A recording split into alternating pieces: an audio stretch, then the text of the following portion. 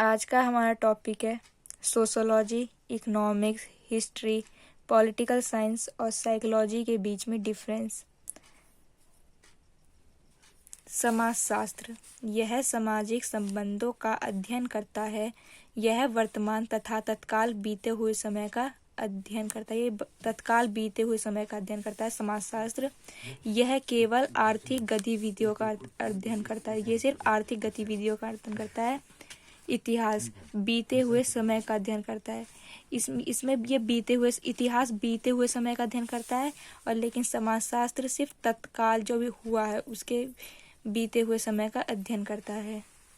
राजनीति शास्त्र यह केवल राज्य के राजनीतिक सिद्धांत तथा सरकारी प्रशासन का अध्ययन करता है।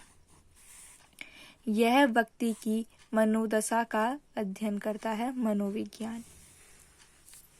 सेकंड पॉइंट है, इसका विषय क्षेत्र विशाल है, इसका विषय क्षेत्र सीमित है, इसका विषय क्षेत्र सीमित है, इसका विषय क्षेत्र सीमित है, और मनोविज्ञान का इसका विषय क्षेत्र सीमित है। सिर्फ इसमें हमारा समाजशास्त्र का ही क्षेत्र विशाल है, विषय क्षेत्र विशाल है सिर्फ समाजशास्त्र का।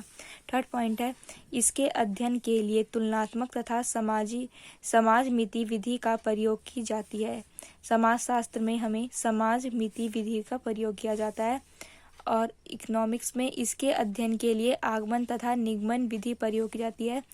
इकोनॉमिक्स में हमारा आगमन तथा निगमन की विधि प्रयोग की जाती है, और इतिहास में इसके अध्ययन के में विवरणात्मक विधि का प्रयोग किया जाता है। इसके अध्ययन में तुलनात्मक विधि का प्रयोग किया जाता है। पॉलिटिकल साइंस में हमारा सिर्फ तुलनात्मक विधि का प्रयोग होता है, और साइकोलॉजी में इसके अध्ययन में गुणात्मक विधि का प्रयोग किया जाता है। फोर्थ पॉइंट है, समाजशास्त्र घटनाओं को घटित होने के कारणों को खोजने की कोशिश करता है सोशोलॉजी में, और इकोनॉमिक्स में दृष्टिकोण आर्थिक है तथा इसका संबंध व्यक्ति की भौतिक खुशी से है, और हिस्ट्री में पुरानी इतिहास घटनाओं को जानकारी देता है तथा उसके विकास के अलग अलग चरणों का अध्ययन करता है। पॉलिटिकल साइंस में यह एक विशेष शास्त्र है, यह केवल व्यक्ति के जीवन की राजनीतिक हिस्से का अध्ययन करता है, और साइकोलॉजी में मनोविज्ञान व्यक्तिगत आशाओं और भय का अध्ययन कराता है।